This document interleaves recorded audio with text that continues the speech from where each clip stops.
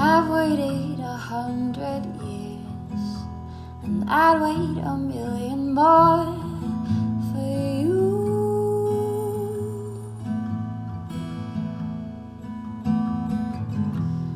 Nothing prepared me for the privilege of being yours would do.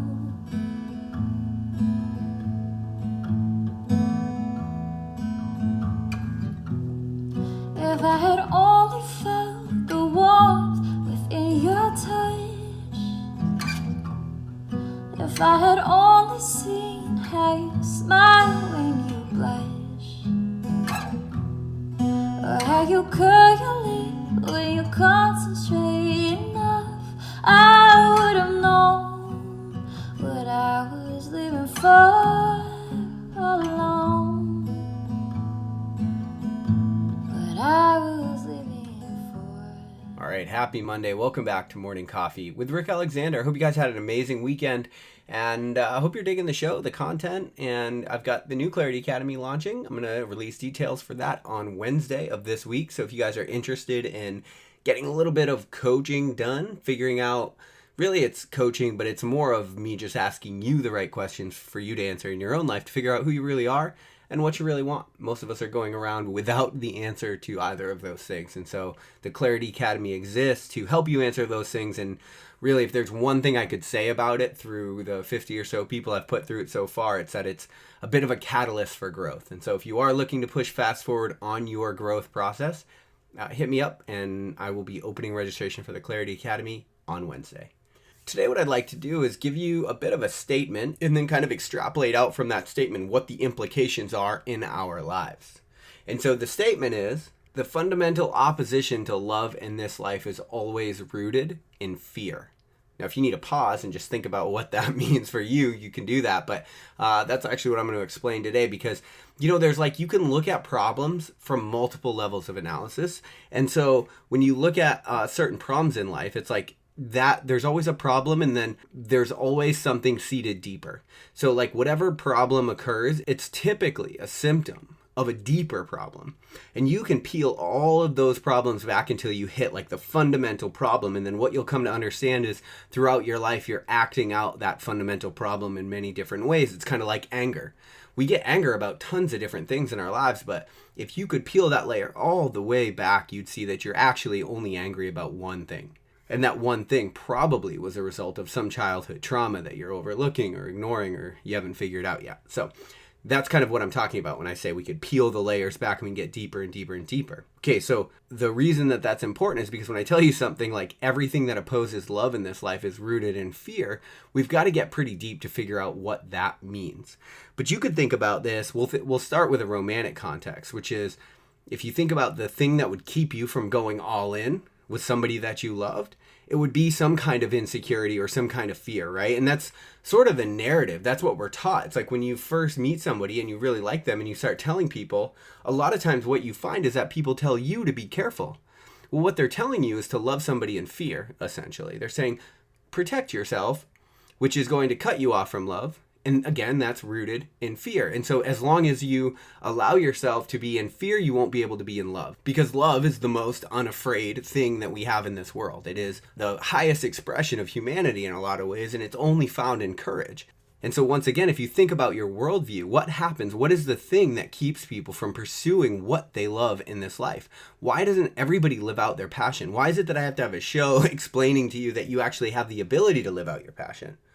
Well, because as soon as you start going after what you love, you run into a wall, and that wall is fear. And you're scared that it won't work out. And you've seen so many other times that it wouldn't work out. And so the thing fundamentally that keeps you from love in all these different areas of your life is fear.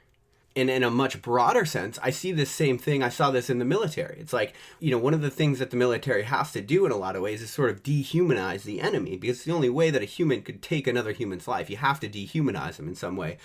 Otherwise, you get super fucked up, right? Which is what we're seeing constantly.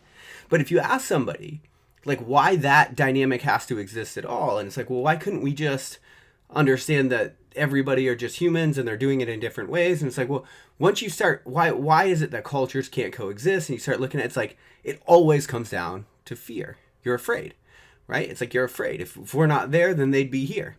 And I'm not having a political argument on this. Like, it's, you can figure out whether you believe that for yourself or not. I don't really give a shit. But what I'm saying is, the thing that's keeping you from love at all areas of your life fundamentally is fear. And like I said, the thing that I believe is that love is the highest expression of humanity on this earth. So to do things that you're in love with, to be with people that you're in love, there's nothing like it, right? And you understand that. It's like the idea of being in love with somebody is the greatest feeling in the entire world. It's the only thing that could make all of the pain that happens from every love story actually worth it. And so no matter how much it hurts, we always find that we fall again. And so if you think back on your life, think about the times that you've pursued love and then what's gotten in the way of those things. Now, again, that could be the love for a career or a passion that you're into, love for somebody else. Almost always it results from some insecurity, some fear of falling short, some fear of being let down, some fear of being hurt. But the thing is, as long as you live in fear, you can't live in love. And so you will not be able to give somebody all of you as long as part of you is scared.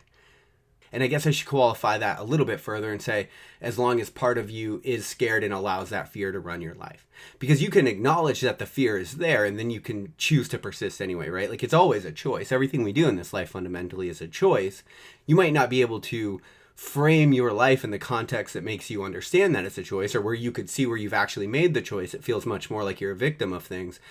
But once again, if we can peel all the layers back, if we can get deeper, we're going to end up at a choice, and we make our decisions until they make us. And then we make them for so long and so regularly that we end up being blind to the fact that we even made them in the first place. But once again, if you could think back all the times in this life where you've hoped for love and it's ended up somewhere else, you could probably root it back to fear. And if you can't, it's probably just because you haven't dug deep enough, right?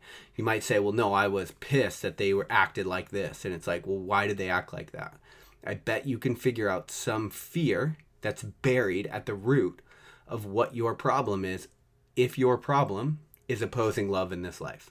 And again, I'm using love as a blanket term because I'm talking about love in romantic relationships. I'm talking about love in passion and hobbies and things that you're into. I'm talking about love for fellow humans. Like, I understand that we're using it in a lot of different ways, and the word love doesn't necessarily do all of those different things justice. While I understand that, I also understand that the thing that opposes all of those things is fear.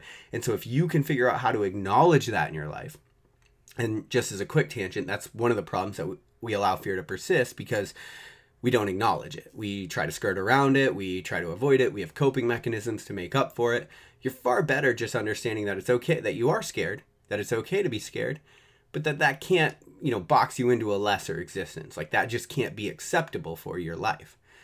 But wherever you want love and you don't have love, you got to look to see what fear might be keeping you away from it, and then acknowledge it, because then you get the chance to move on. And remember, fundamentally, we're never actually decreasing fear. Fear is always going to persist. We're always increasing courage. And that's what it takes.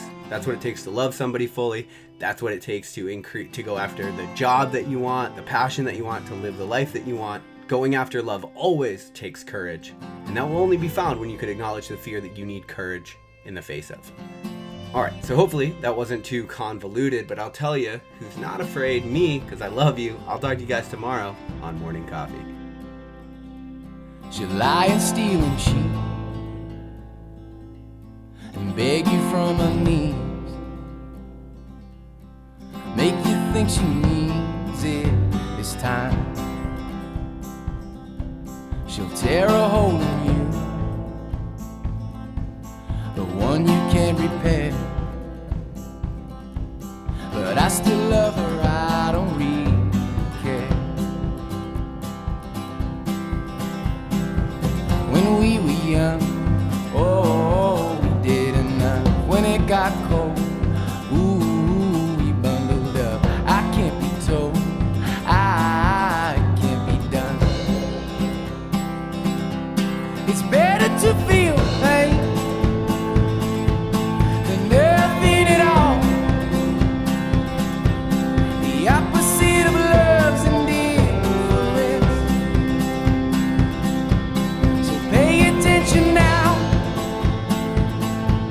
I'm standing on your porch screaming out, and I won't leave until you come downstairs.